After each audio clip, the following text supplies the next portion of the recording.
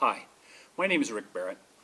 I got started on this project interviewing people about World War II about 2.5 or 3 years ago when I realized it was something that I was always interested in doing, but I had put it off. Life was busy, things went on, and I never really got motivated to get started until I realized that we were losing these guys at an incredible rate. Part of it came about because my dad was very reluctant to talk about the war.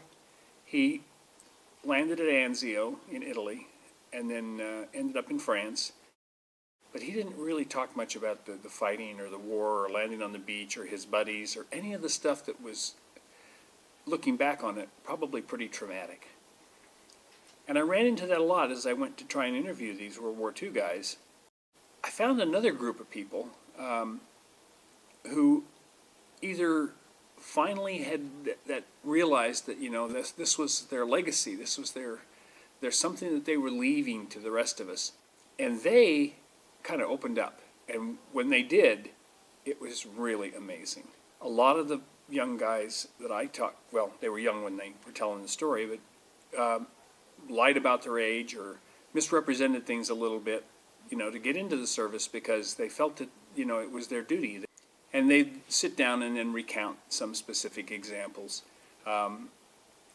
Pretty scary things sometimes about getting, holes shot in the airplane so much that the back end of the airplane was shaking as they were coming back.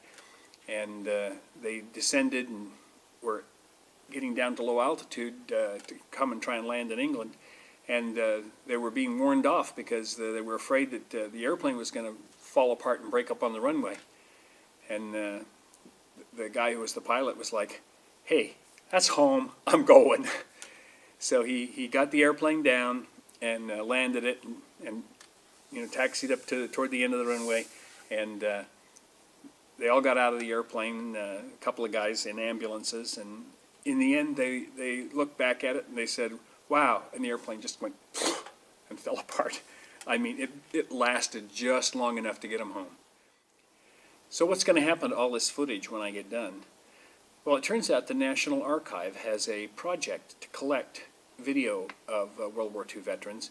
So once I get done with all my work with the videos, I'm going to take the raw footage and it's all going to be donated to the National Archive so that other people in the future can go back and use this video and these interviews for historical research or whatever they need to do to get that information, because frankly, it's just disappearing every day.